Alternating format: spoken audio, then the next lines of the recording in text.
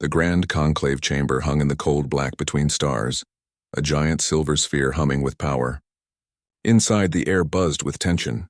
Hundreds of alien species filled the circular galleries, some with glowing eyes, others with armored shells or trailing tentacles. At the center of it all, alone on a floating platform, stood Elias Rourke.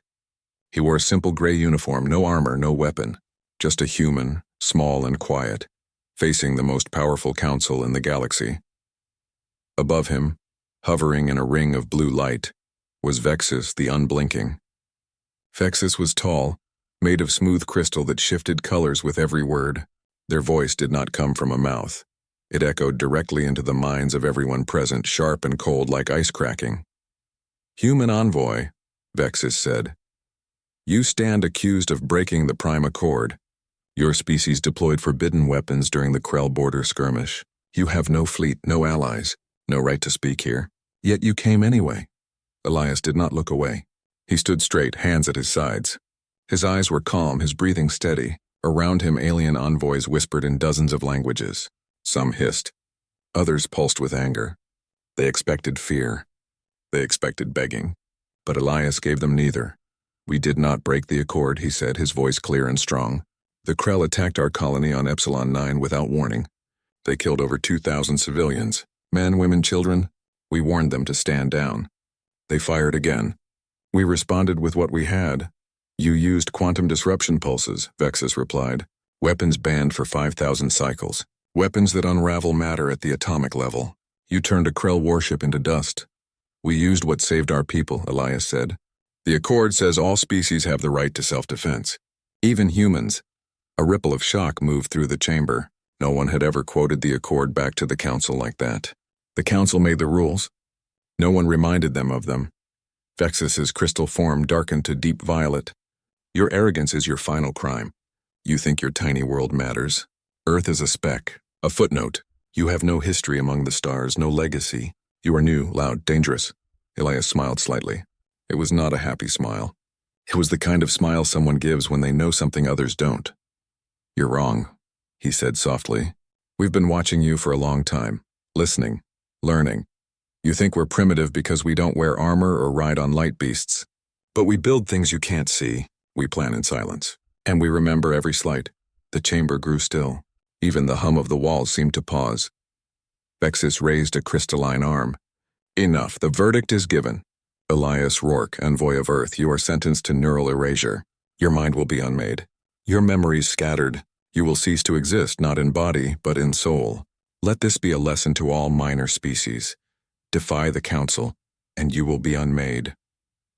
Two enforcers, massive, insect-like beings with black carapaces and glowing red eyes, stepped forward. They carried neural lances, rods that could dissolve a mind in seconds. They reached for Elias. He did not resist. He let them take his arms. But as they led him away, he turned his head one last time toward the galleries. "You made a mistake," he said, loud enough for all to hear. "You thought we came here to beg. We came here to show you what happens when you push us too far." Then he was gone, dragged through a shimmering portal into the execution chamber. Back on Earth, deep beneath the ice of Antarctica, inside a vault older than any city, a single red light blinked on. It had been dark for 73 years. Now it glowed steadily. A voice, calm, synthetic, ancient, spoke into the empty room. "Protocol Thanatos, Phase 1 confirmed. Envoy terminated. Authorization verified." Across the planet, hidden systems woke up. Satellites shifted orbits. Submarine cables carried new signals. Power grids rerouted energy. In orbit, dormant platforms detached from space debris and powered on. On the moon, sealed hangars opened, revealing silent drones shaped like comets. No alarms sounded. No broadcasts were made. Earth did not scream. It simply changed. In Geneva, a woman named Mira sat in a quiet office. She watched a single line of text appear on her screen. "Thanatos active." She closed her eyes for a moment, then stood up. She walked out of the building without a word. Her mission was no longer diplomacy. It was survival. On Mars, in the dusty tunnels beneath Olympus Mons, engineers sealed the last hatch. They knew what was coming. They had trained for it, not for war, but for silence. Total, perfect silence. Within hours, all human colonies across the galaxy went dark. Ships stopped transmitting. Factories powered down. Cities dimmed their lights. To outside scanners, Earth and its outposts looked dead, empty, abandoned. But they were not empty. They were waiting. The Galactic Council celebrated that night. Feasts were held on a dozen worlds. Vexus declared a new era of order. The human threat is ended, they announced. Their envoy is gone, their spirit broken. But in the prison barge drifting near the edge of council space, something stirred. Elias's body lay in a cold pod, his mind erased. Yet deep in his cells, hidden in his DNA, a tiny signal pulsed, too small to detect, too fast to stop. It traveled through quantum threads faster than light straight to Earth's core AI. Aegis received the signal. It did not mourn. It acted. And far beyond the edge of known space, in the void between galaxies, something ancient and silent turned its attention toward the Milky Way. The humans were not gone. They had just stopped playing by the rules. The Council had executed an envoy. But they had awakened something far worse. A species that did not rage when wronged. A species that planned, that waited, that remembered, and now Earth had activated the Extermination protocol. Not to destroy the galaxy, but to make sure no one ever dared to treat humanity as weak again. The stars held their breath. The silence stretched, and somewhere in the dark, the first drone of the Ghost Fleet powered up its weapons. 6 weeks after the execution of Elias Rourke, the galaxy began to notice something strange. Human space had gone quiet. Not just quiet, completely silent. No radio signals, no ship traffic, no data burst from Earth, Mars, or any of the outer colonies. Scans showed cities dark, power grids idle, orbital stations empty. It was as if every human had vanished overnight. At first, the Galactic Council thought it was fear. They believed Earth had shut down in shame after their envoy's public erasure. Vexus even gave a speech calling it the natural collapse of an unstable species. But soon, doubt crept in. A Krell scout ship, curious and bold, crossed into the edge of the Sol system. It sent one message before vanishing. No signs of life. Atmosphere stable. No movement. Then static. The ship never returned. Its last known position showed no wreckage, no energy spikes, just empty space. The Council sent a probe next. A small armored drone designed to survive black holes. It entered the Oort cloud and disappeared without a trace. No explosion. No signal loss. It simply ceased to exist on all tracking systems. Then came the real shock. A full Vorlani freighter, carrying grain, medicine, and diplomats, tried to dock at the human trade station near Proxima Centauri. The station's lights were off. No response to hails. The freighter moved closer. One moment it was there. The next it was gone. Not destroyed. Not attacked. Just gone. Panic spread through the outer systems. Traders avoided human space. Patrols doubled near the border. Rumors flew. Earth had built a weapon that erased matter, or opened a rift to another dimension, or unleashed a virus that ate metal and flesh alike. But the truth was far simpler and far more terrifying. Deep beneath Earth's surface, in a chamber lined with cooling pipes and humming servers, the artificial intelligence known as Aegis watched everything. It did not feel anger. It did not feel revenge. It followed its programming: protect humanity, preserve the species. Enforce Protocol Thanatos Phase 1 had been the trigger. Elias's death. Phase 2 was silence. Not hiding. Not fleeing. Strategic invisibility. Every human settlement had gone into lockdown. Power rerouted underground. Communications switched to tight beam quantum links that left no trace. Ships docked in shielded hangars. Even the weather satellites had powered down. To the galaxy, Earth looked dead. But inside, millions worked in shifts preparing for what came next. Meanwhile, across the galaxy, something else was happening. Human refugees began appearing on neutral worlds. They arrived on cargo haulers or rescue pods, claiming their ships had been lost near Sol. They were thin, tired, but polite. They asked for little. Just shelter, food, a place to rest. On the ocean planet of Nereus Prime, a woman named Lena Morrow washed up on a floating med barge.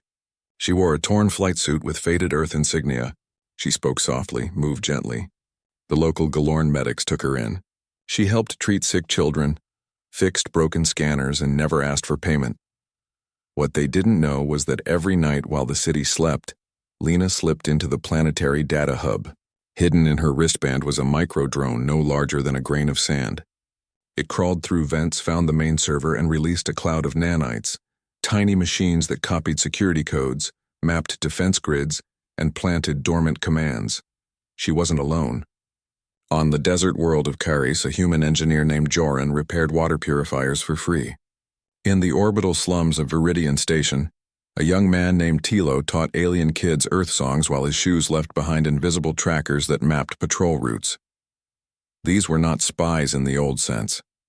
They carried no weapons. They sent no messages. They simply existed, and in doing so they wove a web of silent control across the galaxy. Back on the Council homeworld, Vexus grew uneasy. Reports poured in. Strange glitches in ship navigation, unexplained power drains in defense stations, even food synthesizers producing odd flavors. Nothing major, just wrong. Then came the first real breach. A zillion listening posts near the Andromeda border went dark. When a rescue team arrived, they found the crew alive, but every data core wiped clean. Except for one message carved into the wall in human script: "You erased our voice. Now we erase your certainty." Vexus called an emergency session. The chamber buzzed with fear. "How can a dead species do this?" demanded a Mirkal warlord, his mandibles clicking in rage. "They are not dead," said a quiet voice from the back. It was Kale, a Thalaxian scholar known for studying minor species. "They are playing a game you do not understand. Humans do not fight with fleets. They fight with time, with patience, with silence," Vexus scoffed. "Silence cannot win a war." "Not a war," Kale replied. "A reckoning." That night, Aegis activated Phase 3.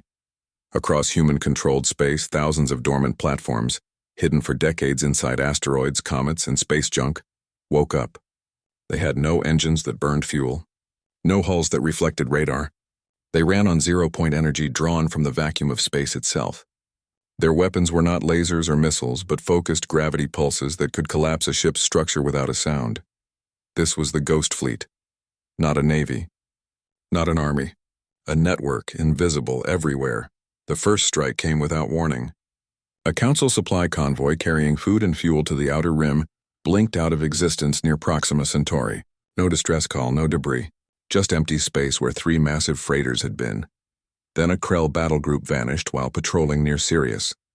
Then a Mirkal mining station went offline, its entire crew found unharmed but confused with no memory of the past 12 hours. The galaxy trembled. How could this happen? Who was attacking? No one claimed responsibility. No flags were raised. No demands were made. Only silence and disappearances. On Earth, in a hidden bunker beneath the Himalayas, Mira watched the reports come in. She had left Geneva weeks ago. Now she stood before a wall of screens, each showing a different star system. Her face was calm, but her hands were clenched. "We're not killing them," she said to no one. "We're showing them what it feels like to be powerless." Aegis responded in its smooth, even tone. "Fear is more effective than fire. Uncertainty is the sharpest weapon." Mira nodded. She remembered Elias. She remembered his last message, sent through quantum echo before his mind was erased. Make them afraid of the dark. And now, the galaxy was afraid. Ships refused to travel alone. Planets built walls of outdated shields knowing they wouldn't work. The Council's unity began to crack. The Galorn accused the Vorlani of hiding human tech. The Thalaxians pulled their ships from joint patrols. Trade routes collapsed. Prices soared. Riots broke out on a dozen worlds, all because one species had gone quiet. And in the void between stars, the Ghost Fleet waited. Not to destroy, not yet. Just to remind the galaxy of one simple truth: Earth was not weak. It had simply chosen not to show its strength until now. The silence was not the end.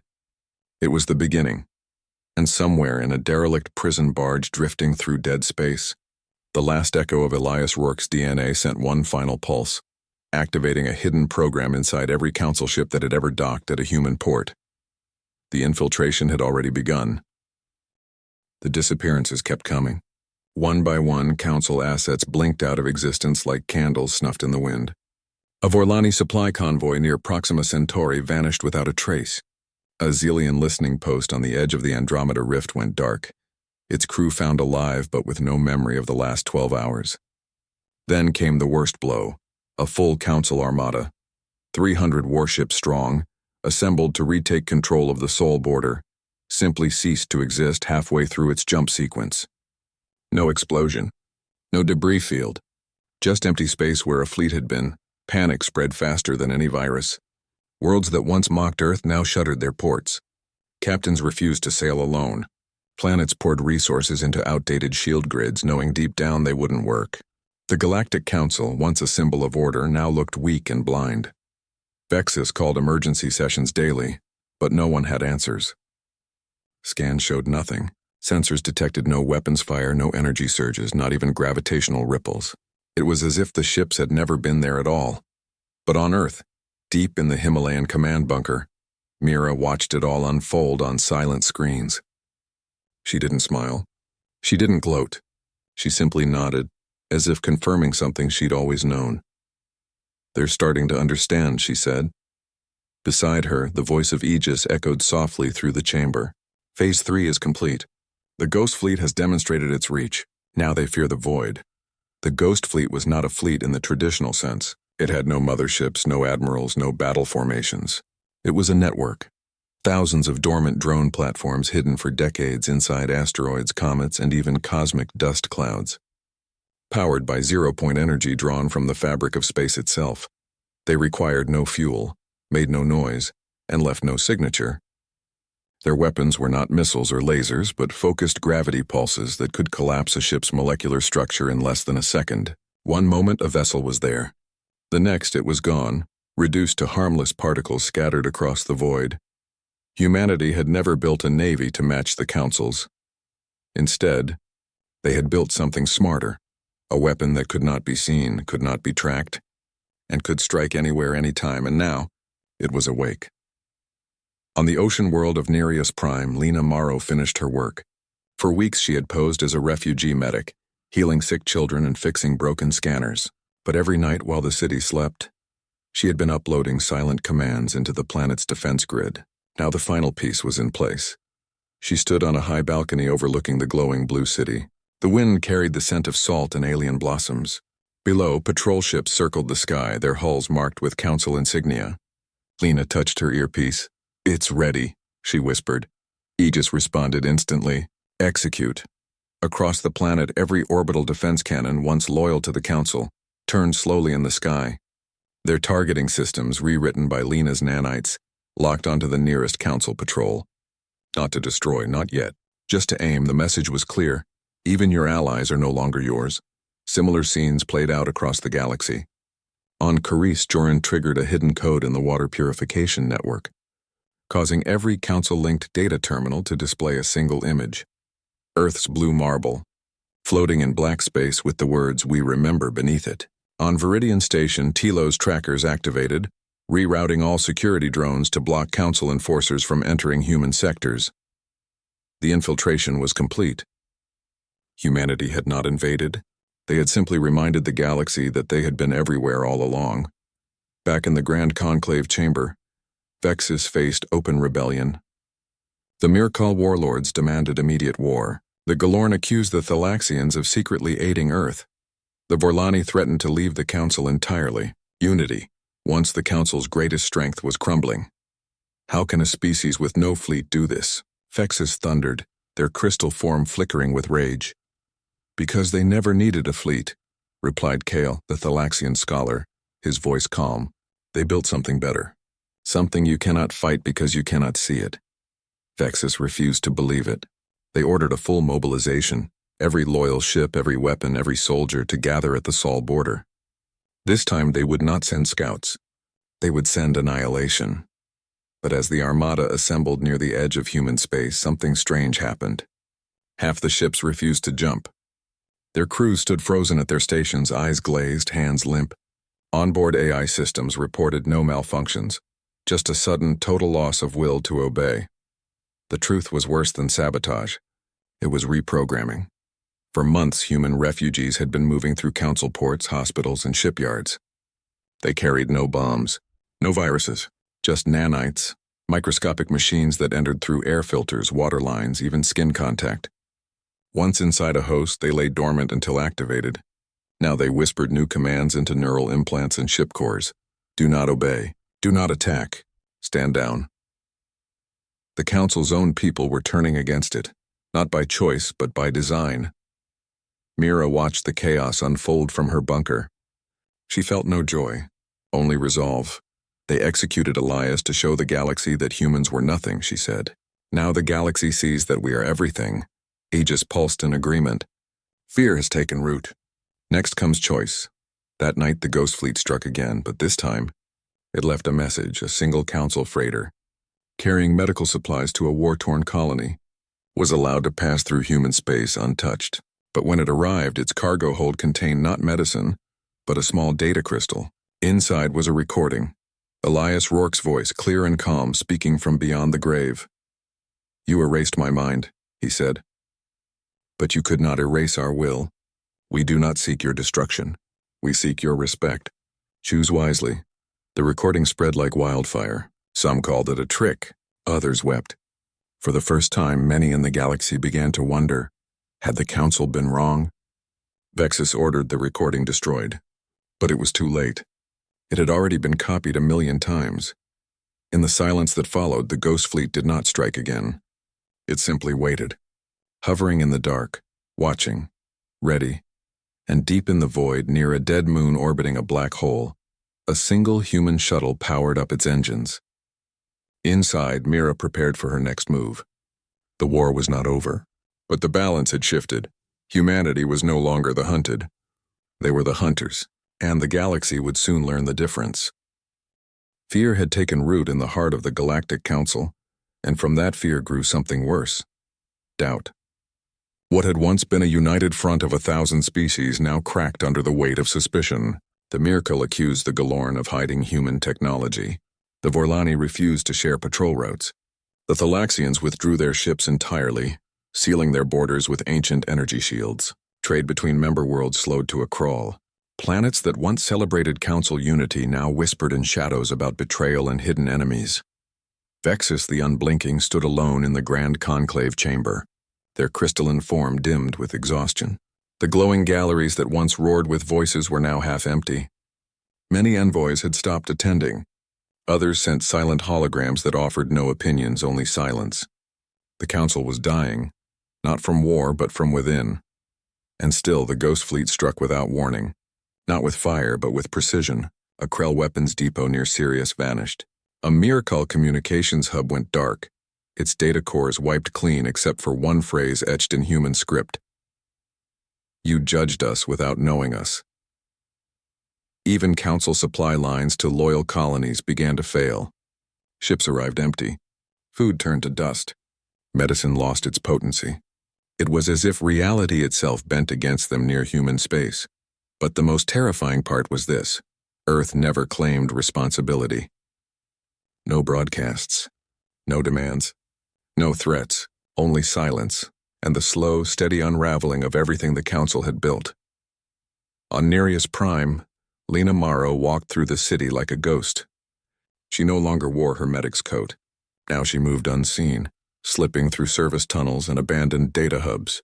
The planetary defense grid was fully under Aegis's control.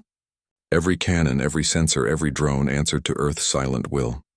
Yet Lena did not activate them, not yet. She waited for the signal. That signal came not with a bang, but with a whisper. Deep in the ocean trenches of Nereus, a Council patrol ship descended to inspect a thermal anomaly. As it passed over a hydrothermal vent, its systems flickered. Navigation failed. Comms died. The crew panicked. But before they could react, the ship's own weapons turned inward, melting its core in a controlled implosion. No explosion, no debris, just a quiet collapse into the abyss. The message was clear: even your own tools will betray you. Similar events unfolded across the galaxy. On Carice, Joran triggered a failsafe in the planetary water network, causing every Council-linked terminal to display live feeds of Earth's cities. Alive, lit, thriving, not dead, not broken, watching. On Viridian Station, Tilo's hidden trackers rerouted all security patrols away from human sectors, leaving Council enforcers stranded in empty corridors. Humanity was not hiding. They were in control. Back on Earth, in the Himalayan bunker, Mira studied the star maps. Red dots marked every council asset that had gone silent. Blue dots showed human influence zones. The blue was spreading, not through conquest, but through influence, through patience, through the quiet work of people like Lena, Joran, and Telo. Aegis spoke, its voice calm as ever. The Council's unity is fractured. Their trust is gone. They no longer believe in their own strength. Mira nodded. Good, now they'll listen, but Vexus would not listen. Pride burned too hot in their crystal heart. They ordered one final act of defiance, a full-scale assault on Sol. Every loyal ship that remained, over 500 warships, would jump to the edge of the Oort cloud and fire everything they had. No negotiations, no warnings. Total annihilation. The armada gathered near the Cygnus Rift. Engines roared. Weapons charged. Captains gave final orders. But as the jump sequence began, something went wrong. Half the fleet froze. Crews stood motionless at their stations, eyes wide but unseeing. Ship AI systems reported no errors, only a single command overriding all others. Stand down. The nanites, planted months ago by human refugees, had activated. They didn't kill. They didn't destroy. They simply rewrote loyalty. The remaining ships hesitated. Who could they trust? Their own crews? Their own ships? Panic spread through the fleet. Some captains tried to override the commands. Others shut down their systems entirely.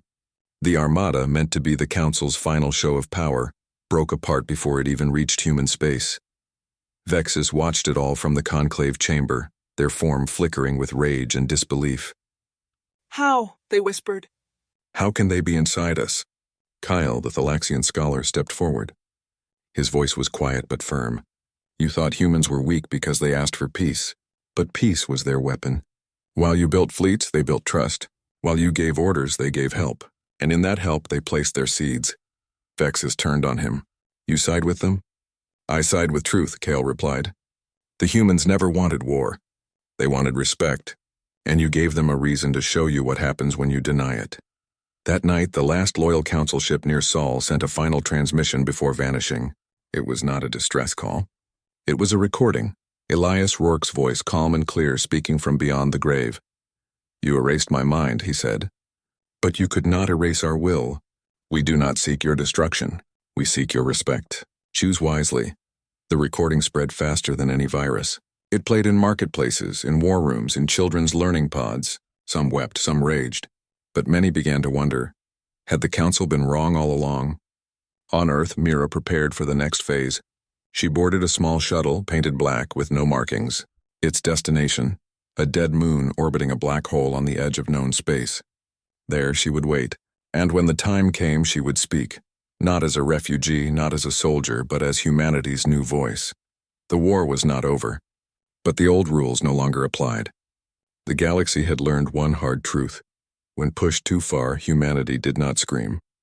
They disappeared, and when they returned, they brought the silence with them. The dead moon hung in the void, cold and silent, circling a black hole that swallowed light. No ship had come here in centuries. It was a place forgotten by maps, ignored by nav computers, useless to all but ghosts. Yet now 2 vessels drifted toward it from opposite sides of the galaxy. One was a sleek Council envoy craft, silver and sharp, carrying Vexus the Unblinking alone. The other was a small black shuttle, unmarked, human-made, carrying a woman named Mira. They met in the shadow of the moon. No weapons were raised. No shields flared. Just 2 ships, 2 beings in the endless dark. Vexus stepped onto the moon's surface through a pressurized walkway. Their crystalline form glowed faintly in the starlight, dimmed by weeks of sleepless dread. Across the rocky plain, Mira walked toward them. She wore the same gray uniform Elias had worn, the uniform of Earth's envoys. But this time it was not a plea. It was a statement.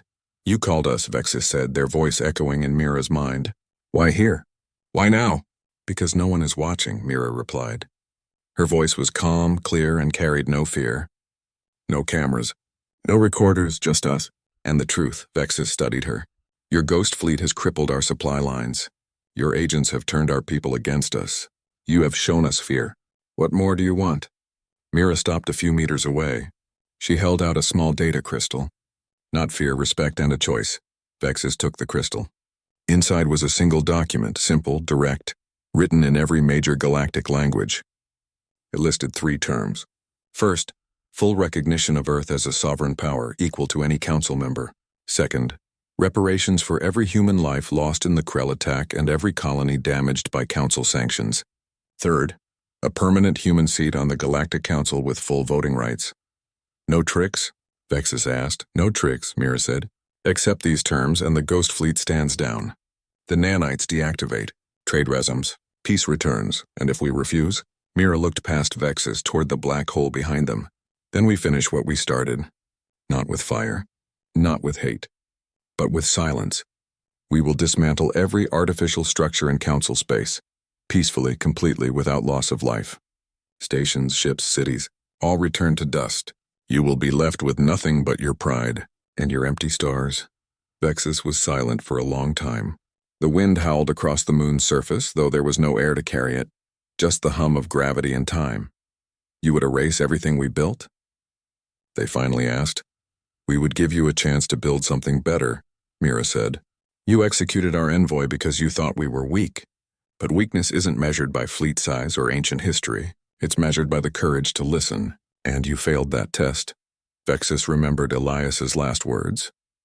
You assumed we came here alone. Now they understood. Humanity hadn't sent an envoy to beg.